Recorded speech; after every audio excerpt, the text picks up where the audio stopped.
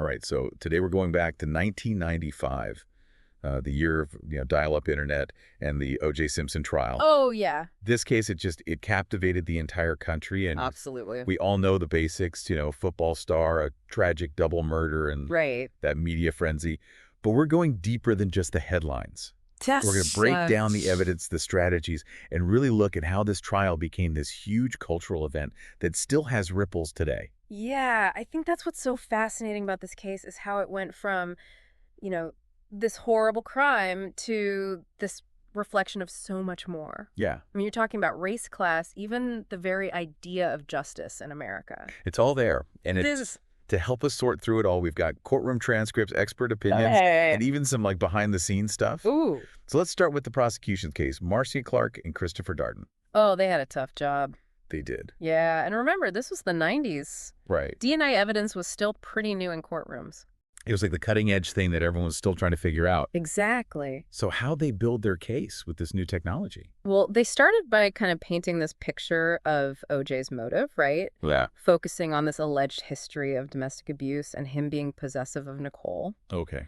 Then they brought in witnesses who placed OJ near the crime scene around when the murders happened. Right. And then comes the physical evidence, the bloody glove found at the crime scene, A&D, at OJ's house. At both places. Yeah, it's crazy.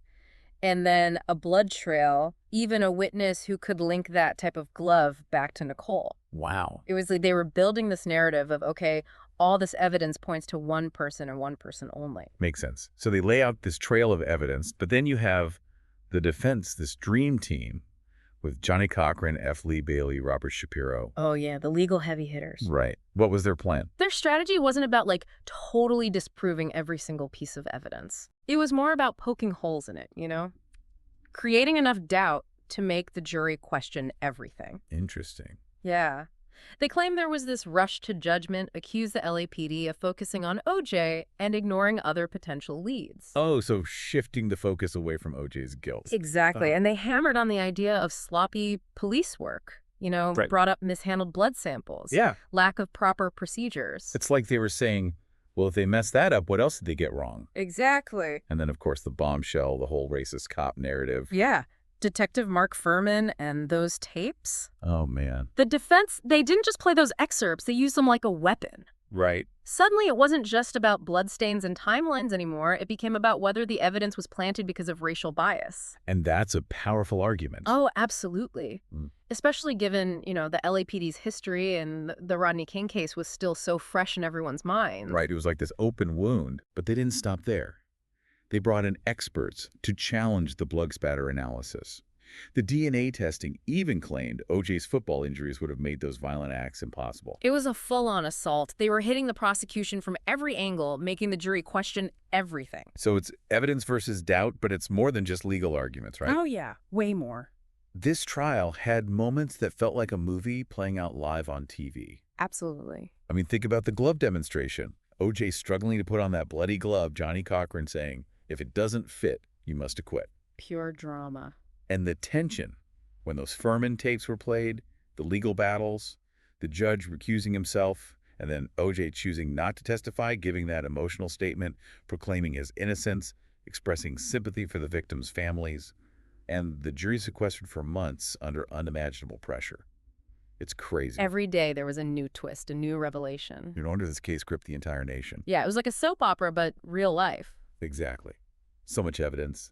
Blood, hair, fibers, shoe prints, DNA, you name it. It really was a mountain of evidence. But the defense was ready to question it all. Oh, yeah, they were picking apart every little detail. Making the jury wonder if maybe there's another explanation. Right, like maybe the evidence wasn't wrong, but could it have been messed with? Could it have been misinterpreted? They were masters at planting those seeds of doubt. And then you have the racial dynamics. Oh, yeah, you can't ignore that. I mean, this was just a few years after Rodney King. The LAPD was already under so much scrutiny for how they treated black people. Right, and then you have this case, this black celebrity accused of murdering his white ex-wife. It was a tinderbox, and the defense knew exactly how to use it. They did. And remember, the jury was mostly black. Yeah, Johnny Cochran was a genius at framing this case as a fight against a system that's historically been against people of color. It was brilliant. He really connected with the jury on an emotional level. Like he was saying, look, this isn't just about OJ. This is about all of us. Exactly. He was saying, if you don't stop this, now it's going to happen again. It became bigger than just one man's guilt or innocence. Absolutely. But let's go back to the evidence for a second. Okay. Like that bloody glove. Oh, the glove. The prosecution's saying it's rare that Nicole bought it. But then you have that moment in court, OJ trying to put it on. Struggling to make it fit. Everyone was watching, holding their breath. Whether it fit or not is still debated today, but that image was powerful. It stuck with people. Yeah, the defense didn't have to prove it was planted. They just had to create the possibility. And that image did exactly that. It did, and they kept going back to the idea of compromised evidence. Right, talking about potential contamination in the lab, missing blood samples. Even suggesting that some of OJ's blood might have been used to frame him.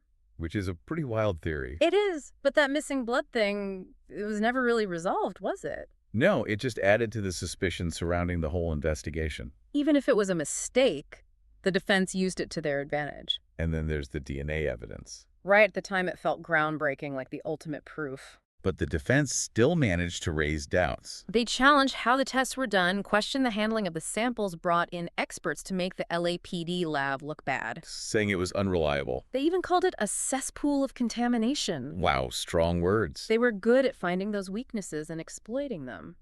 So what about the defense's own witnesses? Well, they promised some big reveals, people who could put OJ somewhere else. Right, alibis. Like Rosa Lopez, the housekeeper. Oh yeah, she said she saw OJ's car at his house. But her testimony wasn't great for the defense. She couldn't remember. Things kept changing her story. It didn't help. And then there was Marianne Gerchis, who said she saw 4 men near Nicole's condo. But the prosecution made her look like she just wanted attention. Like she was trying to insert herself into the story. Exactly. So neither of those witnesses really helped the defense. It seems like it all came down to how the jury saw the LAPD. Whether they trusted the evidence? And whether they believed without a doubt that OJ did it. This case really shows you the limits of our legal system. It does. It's not always black and white. There's always that human element. Emotions, perceptions, the weight of history. And this trial had all of that. It did, but beyond the legal stuff, this case had a huge impact on our culture. Absolutely. The way we talk about race, about domestic violence. Nicole's story really became a rallying point for victims' rights groups. It did, and the trial itself, playing out 24/7 on cable news, it changed the way we consume information. The way we talk about big cases. It was like the whole country was glued to their TVs. Debating every little detail. But in all that, it's easy to forget about the human cost. The 2 victims. Nicole and Ron. Yeah, it's easy to get caught up in all the, legal stuff and the drama, but we can't forget about Nicole Brown Simpson and Ron Goldman. Absolutely. Their families had to sit through that whole trial facing the cameras, OJ, the whole country. It must have been so hard for them. Especially for the Goldmans. I mean, that not guilty verdict was devastating. They felt like OJ got away with murder. Like there was no justice for their son. Right, and that's why they filed a civil suit. To try to get some sense of justice, some acknowledgement of what happened. Yeah. And they won that case, which is something I always found interesting. Oh, yeah. How can someone be found not guilty in a criminal trial, but then liable in a civil case? It's all about the burden of proof, remember? Oh, right, right. It's different for each type of case. Think of it like a scale. Okay. In a criminal trial, the prosecution has to pile on enough evidence to tip the scale all the way over beyond any reasonable doubt. Okay, that makes sense. But in a civil case, they just need to tip it a little bit to show it's more likely than not that the person is responsible. So it's not that the verdicts contradict each other. Right, they're just answering different questions with different levels of certainty. That's a good way to put it. It makes you think about what truth really means. Yeah. Is there one objective truth, or is it all about perspective? Big questions. The OJ trial really puts all that under a microscope. It does. Makes you look at your own biases, what you assume about guilt and innocence. And it reminds us that even with tons of evidence, there can still be doubt. And doubt is a powerful thing. It can change everything. It can. It swayed the jury in this case, and it's kept the public debating for years. This trial wasn't just about OJ. It was a mirror reflecting back all these issues in our society. Yeah, you had race, class, celebrity, media. It all came together in this one case. It's a story that makes you question everything you thought you knew about justice, about evidence, even about how we see the world. I think that's what keeps it so fascinating even after all this time. It doesn't give you easy answers. It makes you think critically.